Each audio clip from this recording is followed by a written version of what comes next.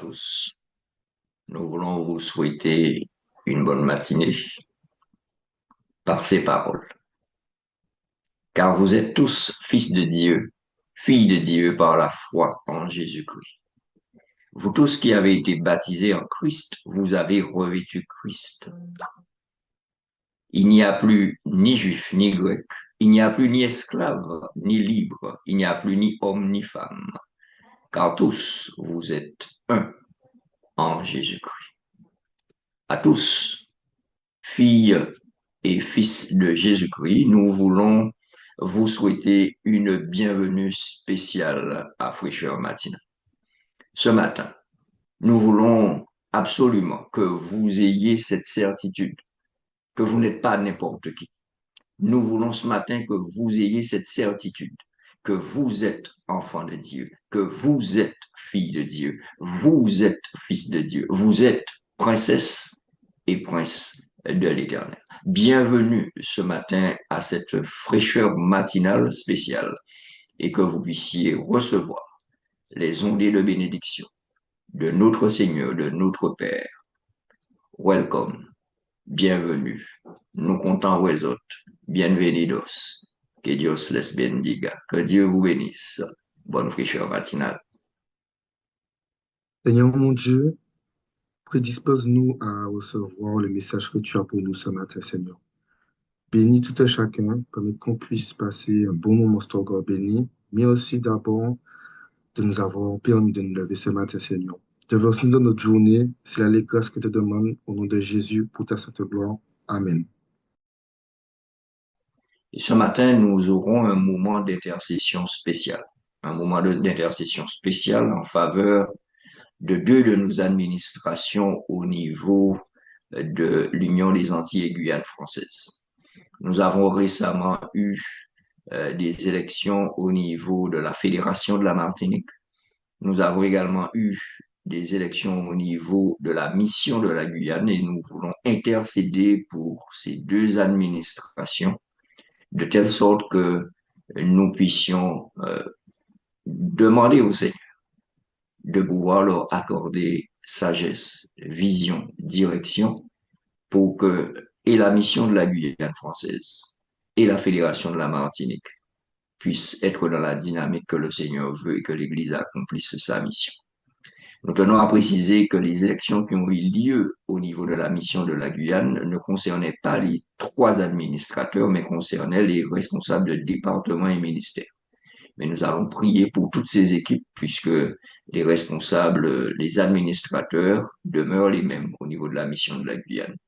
Donc nous aurons deux intercesseurs ce matin, à la personne de Guylaine Mélina, qui est responsable du département Réveil Réforme au niveau de la Martinique, et également Esther Loyal, responsable du département Réveil Réforme au niveau de la Guadeloupe. Elles prieront donc pour ces deux champs et leur administration.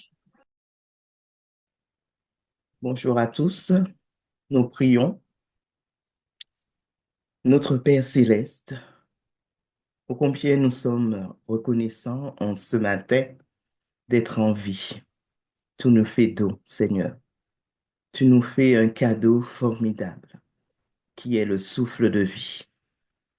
C'est pour cette occasion, Seigneur, que nous sommes là aux premières heures de cette matinée de dimanche afin de pouvoir, Seigneur, être à tes pieds.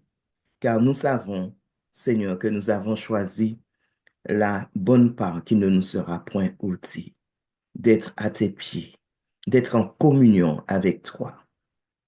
Nous voulons ce matin, Seigneur, te présenter nos trois administrateurs de la mission de la Guyane française, Seigneur. Tu les as appelés à ton service. Oui, Seigneur. Tu les as appelés à travailler pour toi. Tu les as mis à part, Seigneur, pour œuvrer dans ton champ à la Guyane. Seigneur, je vais les nommer. Nous avons Pasteur Tony Gély, qui est le président. Nous avons le secrétaire, Pasteur Pierre Morel, et le trésorier, qui est le frère Paul Valéry. Ces trois administrateurs, Seigneur, nous voulons te les confier d'une manière spéciale. Que ton Saint-Esprit soit sur eux, Seigneur. Que ton Esprit, Seigneur, agisse en eux et par eux, afin que, Seigneur, la mission de la Guyane française puisse avancer, Seigneur, selon ton plan. Nous réclamons ce matin, Seigneur, force, courage, santé pour eux. Nous te demandons ce matin, Seigneur, que tu bénisses aussi leur famille. Ô Seigneur, que ces hommes que tu as choisis soient sous ton égide et que ton esprit, Seigneur, les conduise.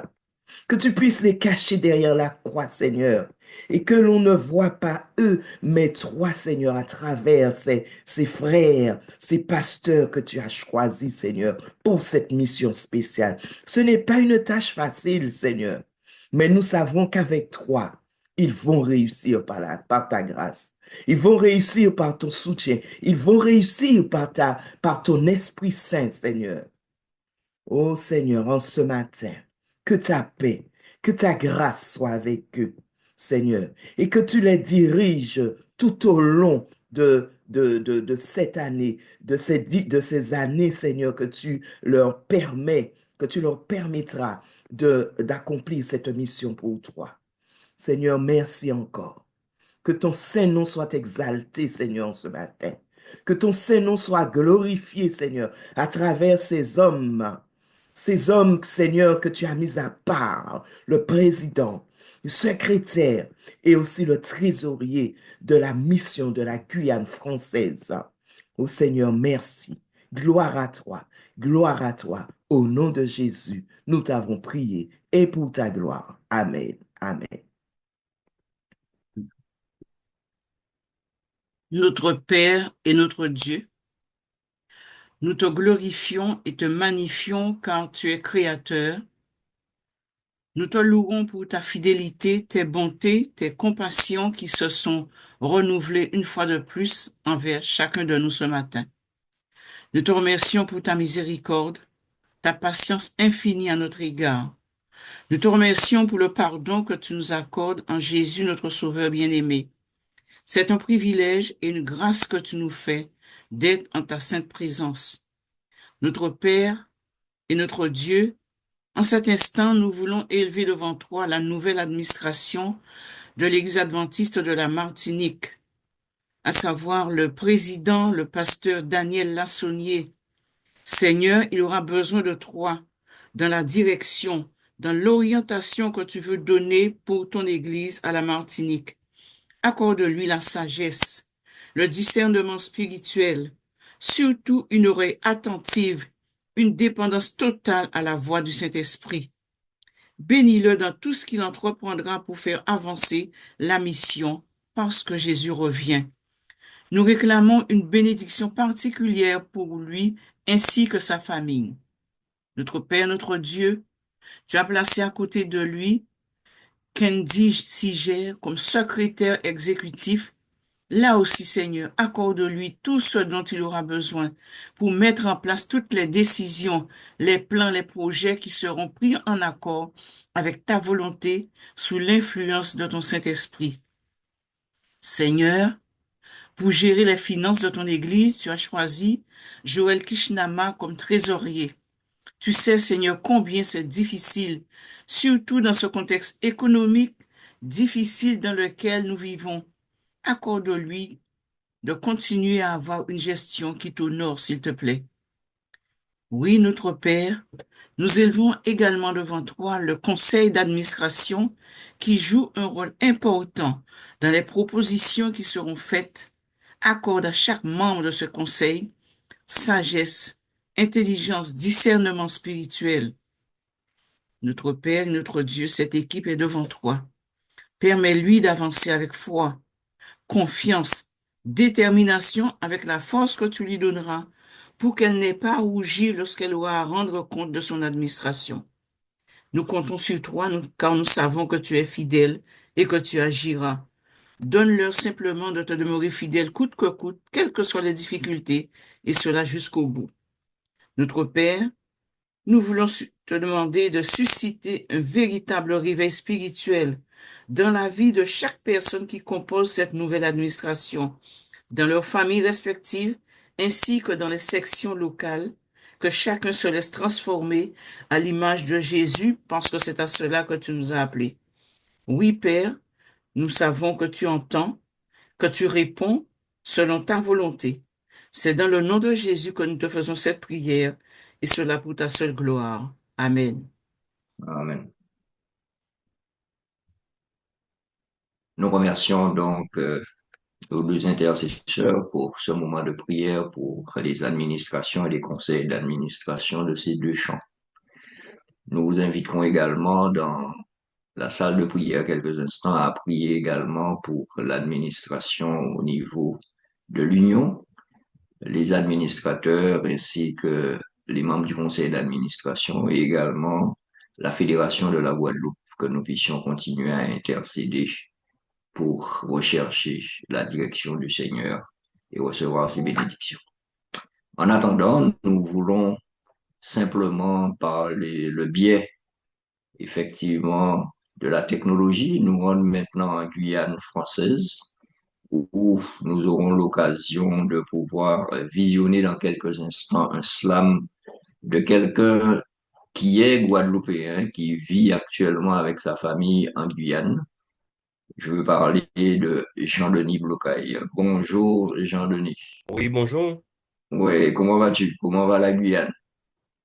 Bien, grâce à Dieu, ça va. On va très bien. Ça va bien, ça se passe bien maintenant. Gloire à Dieu, gloire à Dieu. Alors, vous êtes installé en Guyane depuis combien de temps? Alors, ça me fait déjà maintenant à peu près 9 ans, hein. Le temps 9 passe ans. vite, ça fait déjà 9 ans, OK, 9 ans. Oui. très bien. Donc, tu maîtrises déjà le créole guyanais ou tu es encore au créole guadeloupéen? Ben, j'essaie de mélanger les deux. Mot là, mot là. C'est impeccable. C'est impeccable. Donc, ce matin, nous aurons l'occasion de visionner euh, l'un de des clips concernant un slam qui s'appelle Ma Confession.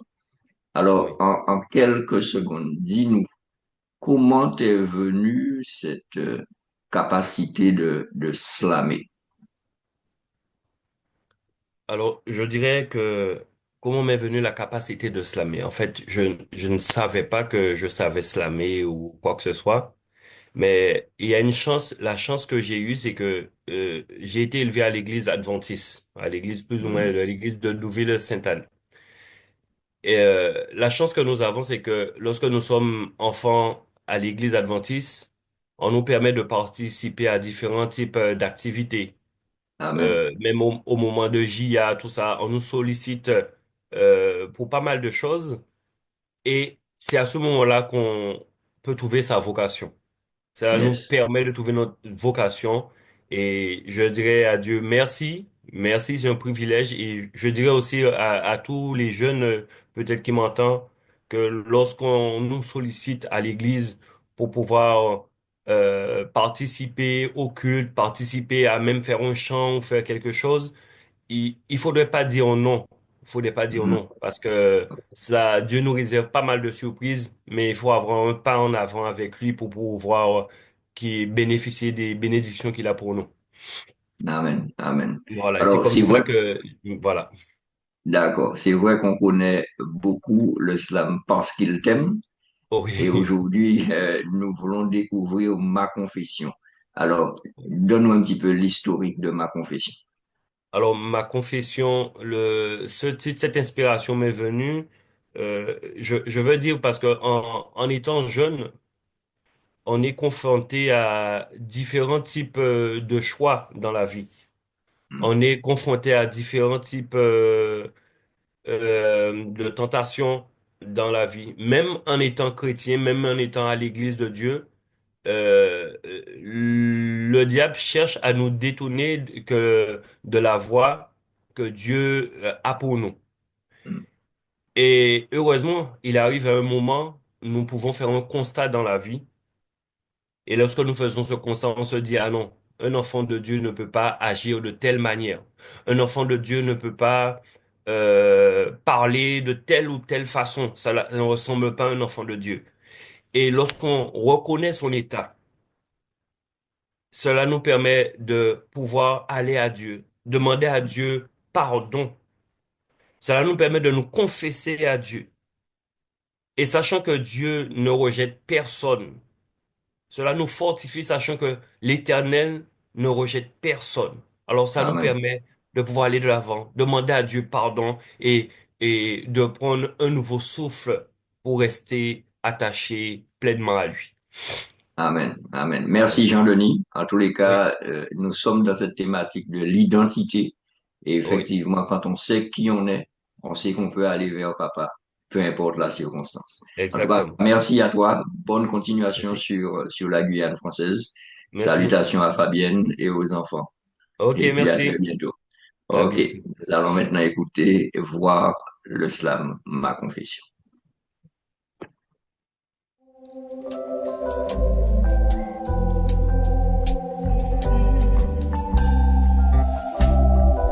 Pour tous les frères, tous les amis qui m'écoutent à cet instant, pour tous ceux qui errent dans ce monde et qui ne savent où aller. Écoute-moi, écoute-moi, écoute-moi mon frère, écoute-moi, écoute-moi, écoute-moi. Écoute-moi ma soeur, écoute-moi, écoute-moi. Ma vie n'a pas été facile, le plus souvent c'était très difficile. Confronté aux difficultés, j'y arrivais pas, j'ai dû prendre la rue comme exil. Cela m'a rendu vénère, cela m'a mis la rage, j'étais pas docile. Perdu toute ambition, j'ai pris le vice comme passion. C'était pas une solution, mais mon frère j'étais en pleine tentation et j'avais pas de réflexion. Écoute-moi, écoute-moi, écoute-moi mon frère, écoute-moi, écoute-moi. Écoute-moi, écoute-moi ma soeur, écoute-moi, écoute-moi bien. Ah, dans ma vie passée, j'ai fait tant de choses. Je regardais jamais en arrière pour en savoir la cause. Mais maintenant que je peux en faire marquer une pause, je demande à Dieu pardon, pardon, pardon pour toutes ces choses. Car si souvent je plonge, mais je tourne la page et je m'engage devant lui à devenir plus sage, à ressembler chaque jour un peu plus à son image et devenir un ange. Je me confesse, ouais, je me confesse. Pour toutes les fois où j'ai menti, pour toutes les fois où j'ai trahi, pour toutes les fois où j'ai blessé, j'ai péché sans me rendre compte. Je te demande pardon, je te demande pardon, je te demande pardon. Car c'est vrai, j'ai suivi des amis, j'ai été en boîte, j'ai dansé, je me suis laissé faire, j'ai fait plein de choses. Mais je ne savais pas, Seigneur, à quel point tu pouvais compter dans ma vie. Je ne savais pas, donc je réagissais comme un enfant frivole. Mais maintenant je sais, tu t'es révélé à moi. Je te demande pardon, je te demande pardon. Ô Père éternel, je te demande pardon. Écoute-moi, écoute-moi, écoute-moi mon frère, écoute-moi, écoute-moi, écoute-moi. Écoute-moi ma soeur, écoute-moi, écoute-moi, car c'est pour ton bien. Toutes ces choses je les faisais en cachette car je ne savais pas que je pouvais faire de la peine à mes parents. Je ne savais pas à quel point je pouvais les faire souffrir comme ça. Ah mais s'ils savaient tout ce que j'ai fait. Mais Seigneur, maintenant je te demande pardon d'avoir trahi mes parents, d'avoir trahi ma famille, d'avoir trahi mes alliés et d'avoir suivi des amis. Je te demande pardon parce que je ne savais pas ce que je faisais. Mais maintenant Seigneur, tu t'es révélé à moi, tu m'as touché, tu m'as touché. Je ne peux pas continuer Seigneur. Oh merci, merci de ton amour, merci de ton pardon, merci de ton pardon. Car tu dis dans ta parole Père, car tu dis dans ta parole Père, que celui qui te sert sur cette terre ne connaîtra pas les portes de l'enfer, mais sera fier, fier, fier de t'avoir pour Père éternel, fier de t'avoir pour Père éternel. Car tu dis dans ta parole Père, que celui qui te sert sur cette terre ne connaîtra pas les portes de l'enfer, mais sera fier, fier, fier de t'avoir pour Père éternel. Je te demande pardon, je te demande pardon. Oh Père éternel, je te demande pardon. Quand on est enfant de Dieu, on sait qui on est. Et nous voulons remercier Jean-Denis Blocaille pour ce slam confession. Et maintenant, nous voulons nous transporter dans une autre direction. Nous prenons la direction des États-Unis d'Amérique, plus précisément du côté de l'université d'Andrews, où nous aurons l'opportunité ce matin d'être bénis à nouveau, je dirais, à nouveau, par Dr Boubacar, Dr Sanou Boubacar, qui a eu l'occasion de nous visiter au mois de novembre. Nous sommes passés en Guyane française, nous sommes passés en Martinique. Nous avons terminé le périple en Guadeloupe et tous ceux qui l'ont rencontré sont unanimes à vraiment dire qu'il a bouleversé quelque part, bouleversé nos esprits. Et ce matin, nous voulons que le Seigneur l'utilise encore pour qu'il puisse continuer à véritablement produire ce réveil en chacun d'entre nous, afin que l'Église du Seigneur puisse expérimenter une réforme qui va l'emmener dans la dynamique de la préparation au retour du Seigneur Jésus. Docteur Boubacar, how are you doing? Comment vas-tu? Merci beaucoup, Pasteur Ether. Par la grâce de Dieu, je vais bien. Merci une fois encore pour cette invitation. Ah, mais c'est toujours avec plaisir. Tu sais que c'est avec plaisir que nous te recevons, que ce soit en présentiel ou effectivement en distanciel. Mais avec la technologie, le Seigneur nous permet d'être connectés les uns aux autres. Merci de prendre ce temps avec nous ce matin. Et je ne vais pas utiliser plus de ton temps. Je vais te laisser la possibilité de nous parler ce matin de la parole du Seigneur. Amen, amen, amen. Chers frères et sœurs dans le Seigneur, bonjour. Très content de vous voir et je dis merci à ceux qui ont fait la sélection musicale. Merci à Jean-Denis pour l'islam. Ça rentre vraiment en ligne de compte avec ce que je vais partager avec vous ce matin. Le thème, c'est ton identité en Christ, embrasse-la. Pourquoi est-ce que j'ai choisi de vous présenter cela? C'est une expérience personnelle et j'utilise cela pour vous encourager. Les statistiques montrent que les États-Unis d'Amérique, c'est le pays où il y a plus de discrimination raciale. OK? Ou discrimination en raison des statuts sociaux, du statut social que les gens ont. Par la grâce de Dieu, en plus de ma spécialisation en théologie, j'ai deux autres spécialisations que Dieu utilise et j'enseigne en vacation dans 4 autres universités en dehors des Andrews University. Pasteur Ethel, j'étais en vacation dans une université quelque part aux États-Unis. J'ai commencé mon cours et il y avait 3 dames au fond de la salle. Elles étaient sur leur téléphone. Tout le temps de mon cours, le premier jour, le deuxième jour, le troisième jour, quand je sortais de la salle de conférence le troisième jour, une de ces dames-là a couru dans l'amphi, descendre et dit, monsieur, monsieur, monsieur, est-ce que je peux vous parler? J'ai dit, madame, oui, qu'est-ce que je peux faire pour vous? Elle me dit, nous n'allons plus chercher à déranger dans votre cours. Je lui ai dit, mais est-ce que je me suis plaint de ce que vous faisiez? Elle me dit, non. Et elle me dit, est-ce que vous nous avez vus sur nos téléphones? J'ai dit, oui. J'ai dit, qu'est-ce que vous faisiez sur vos téléphones pendant ces 3 jours alors que je donnais mon cours? Pasteur Rita, voici ce qu'elle me dit. Nous vérifions toutes les données dont vous parlez. Les informations que vous donniez, on cherchait à vérifier si ces informations-là étaient vraies ou fausses. Je lui ai dit, qu'est-ce que vous avez trouvé alors? Elle dit, pendant 3 jours de recherche, nous nous sommes rendus compte que ce que vous êtes en train d'enseigner, c'est du fait concret. Je lui ai dit, oui, madame, et je sortais. Elle me dit, non, je n'ai pas fini. J'ai dit, oh, vous avez quelque chose encore à dire? Elle dit, oui. Elle dit, nous sommes étonnés. J'ai dit, qu'est-ce que vous étonne?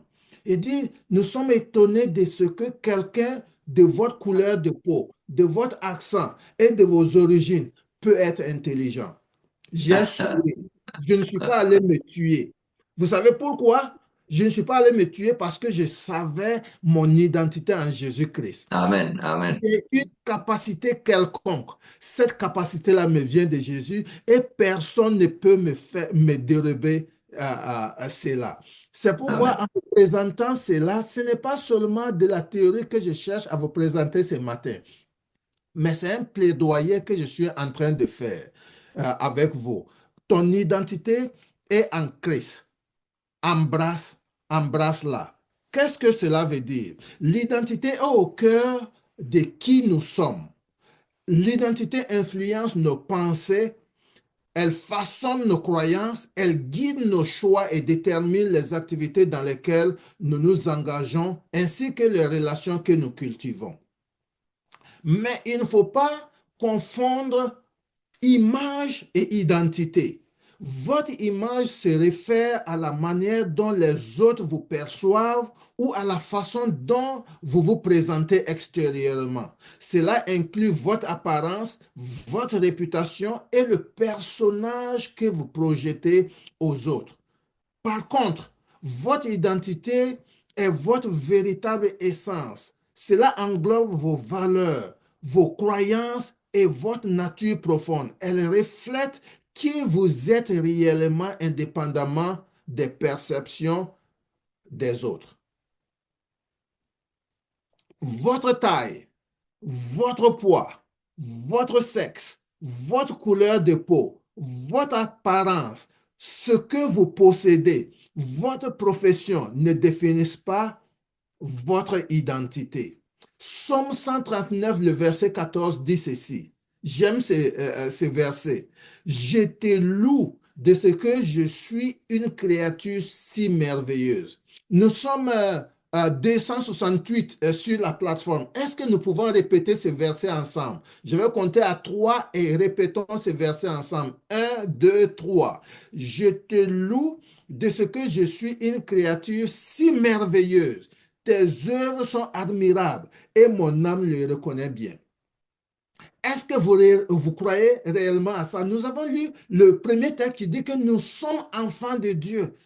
Et le psaume nous dit que nous sommes, chacun de nous est une créature si merveilleuse.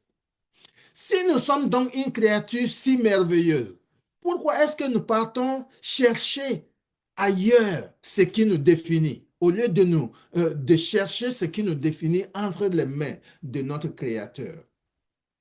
La vie la plus équilibrée est celle où l'image que nous projetons et notre véritable identité sont alignées en Christ. J'explique. Beaucoup sont sur les réseaux sociaux. Vous avez des photos sur les réseaux sociaux. Est-ce que vous mettez sur les réseaux sociaux vos photos les plus vilaines? Pas du tout. On se maquille, on se coiffe bien, on se cravate, on prend une photo, il y a une image que nous projetons. Alors que nous sommes différents de cela. J'ai donné un cours dans une autre université, il y avait une conseillère dans ma classe, je parlais de l'identité. Après, elle me dit, ce que vous dites, c'est la réalité. J'ai une amie à moi, chaque fois elle poste sur les réseaux sociaux, oh mon mari m'aime tant, il me donne breakfast in bed, le petit déjeuner au lit, voici chaque jour, il me donne des fleurs, ceci ou cela. Et la semaine suivante, l'étudiant qui était dans ma classe me dit, j'ai constaté qu'ils étaient au tribunal en instance de divorce. Au moment où ils étaient en instance de divorce, elle postait que son mari lui donne le petit déjeuner au lit. Vous voyez, ça contredit ce que nous projetons et ce que nous sommes réellement. Ne correspond pas. Et quand il y a un décalage entre ce que nous projetons et ce que nous sommes réellement, il y a un conflit en nous, nous manquons la paix. Il y a plusieurs choses qui influencent, qui cherchent à influencer, à déformer notre identité. Je vais parler seulement de deux de ces choses ce matin. Le consumérisme et les pressions sociales. Qu'est-ce que le consumérisme? Le consumérisme pousse les gens à se définir par ce qu'ils possèdent, portent ou accomplissent. On fait la publicité du iPhone 16. C'est comme si vous possédez le iPhone 16, tout se met en place pour vous. Donc, beaucoup partent acheter ces téléphones. Et passer à la fin, il se trouve que beaucoup même se sont endettés pour acheter ces téléphones. En d'autres termes, votre vie n'est pas devenue meilleure parce que vous tenez ces téléphones. Alors qu'à la publicité, on vous dit, oui, dès que vous portez cet habit, dès que vous conduisez cette voiture, vous serez arrivé. Et Cette mentalité détourne l'attention de l'identité intrinsèque et la place sur les possessions et les statuts sociaux. Cela génère un sentiment d'insuffisance et un besoin constant d'en avoir toujours plus. Plus, plus, plus. 50 paires de chaussures, 27 costumes, plus et plus. La société, la pression sociale, ou surtout ce qui se passe sur les réseaux sociaux met une pression sur les individus pour qu'ils présentent une version idéalisée et parfaite d'eux-mêmes afin d'obtenir des likes, comme on le dit, et de la validation des autres. L'apparence externe est priorisée au détriment de l'authenticité. Et nous revenons à Psaume 139. Je te loue de ce que je suis une créature si merveilleuse.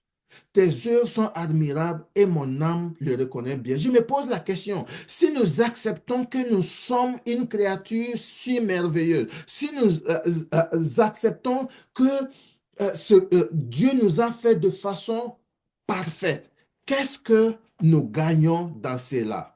Embrasser notre identité en Christ favorise la gratitude et le contentement.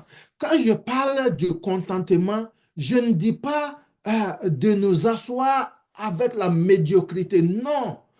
Si je dois reconnaître que Dieu m'a béni, il se pourrait que ce que j'ai n'est pas comparable à ce que l'autre a. Mais est-ce que je suis reconnaissant des grâces que le Seigneur me fait? Deuxièmement, embrasser notre identité en Christ renforce la confiance en Dieu. Quel que soit ce que je traverse, je sais que Dieu ne m'a pas abandonné. Et troisièmement, elle élimine la comparaison.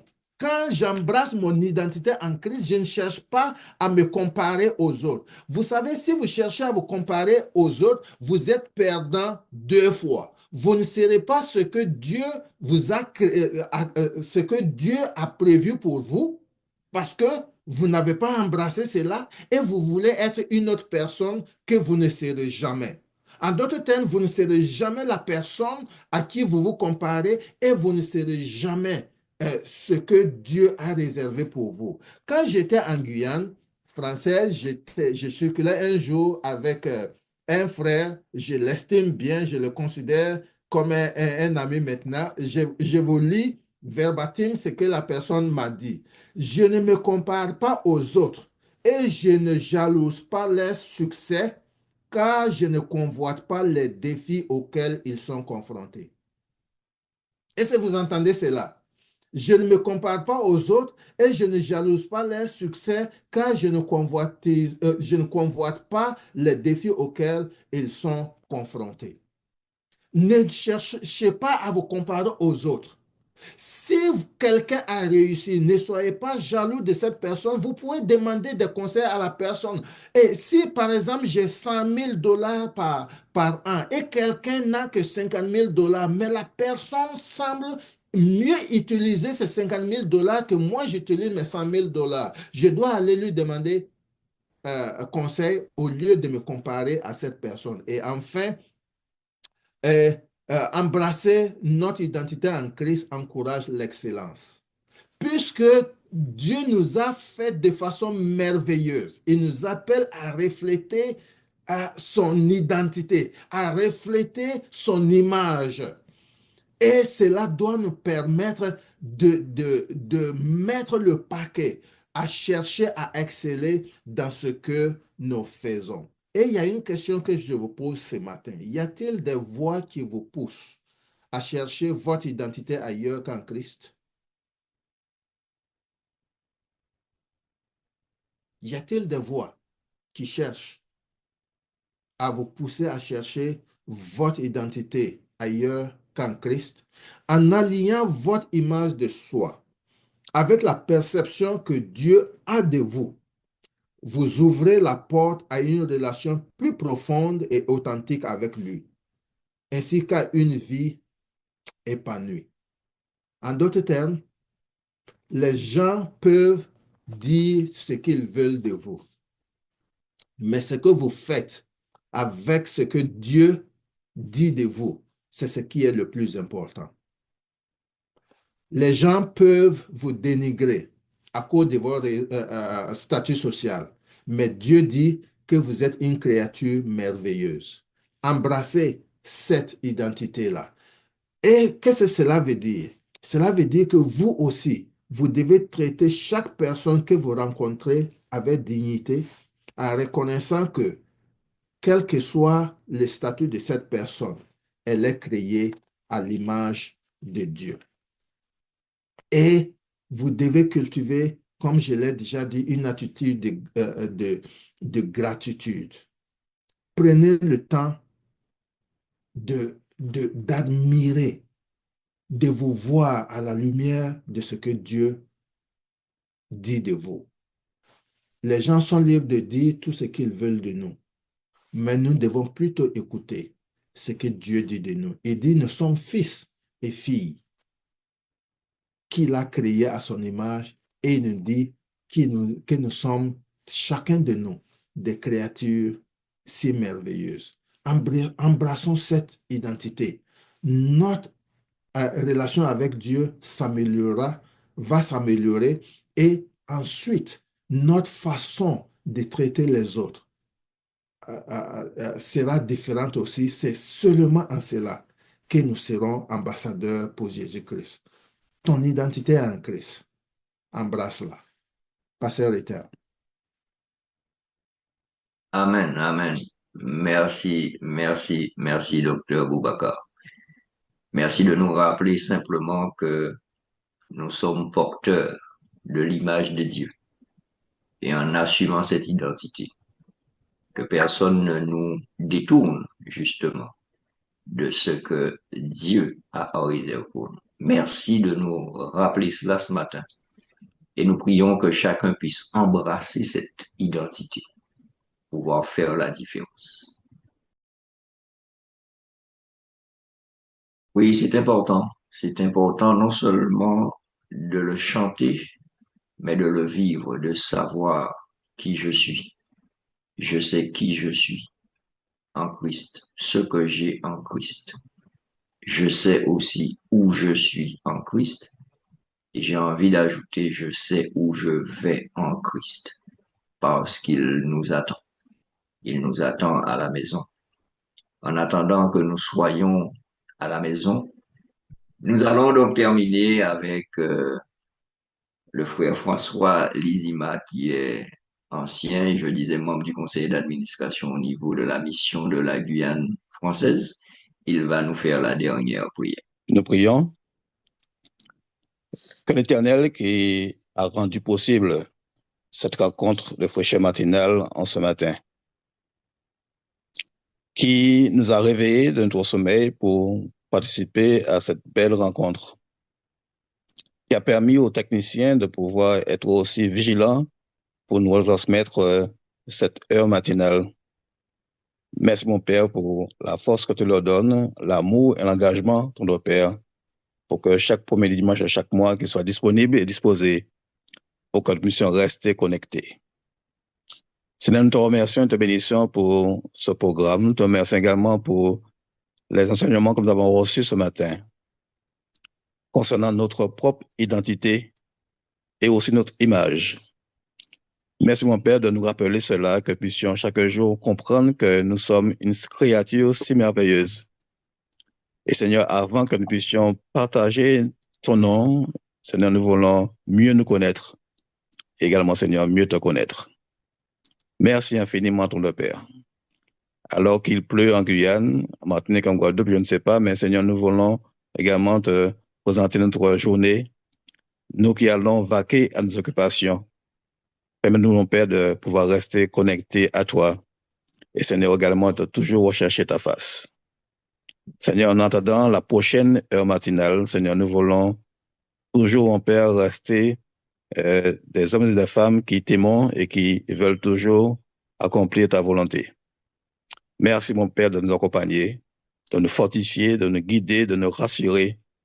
Et Seigneur, que nous puissions, par ta grâce, nous retrouver le mois prochain dans de bonnes conditions, encore plus nombreux, ton Père, pour rechercher ta face par la prière et par la méditation par la louange et d'autres. Seigneur, que ton nom soit béni dans nos vies. En remerciant l'équipe pastorale, en remerciant l'administration de la mission, la Guadeloupe et la Martinique et de l'Union entre nos pères, nous voulons que tu puisses déposer tes mains d'amour sur toutes les administrations, afin, mon Père, que ton œuvre dans le champ de l'Union, Seigneur, puisse progresser et que, mon Père, d'autres âmes puissent s'ajouter à cette grande famille spirituelle. Seigneur, merci infiniment. Reste avec nous en ce jour de dimanche et que ton nom, mon Père, soit béni dans nos vies et exalté, élevé. Nous t'avons prié en Jésus et pour ta gloire. Amen.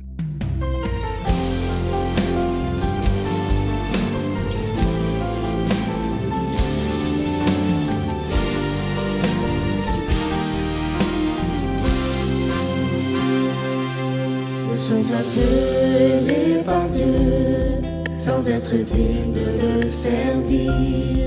Il nous a donné son esprit pour parler de son œuvre salvatrice, par la grâce qui nous a été donnée, de celui qui nous a vus. Nous sommes pasteurs de son église, nous sommes pasteurs de son troupeau. Ayant reçu l'onction du Saint-Esprit et consacré par notre Dieu, nous sommes l'argile entre ses mains, qui révèle la grandeur du Maître. Nous sommes au service de son Église, qui nous rend aptes à le servir. Nous sommes appelés à le suivre et marcher dans les pas de Dieu.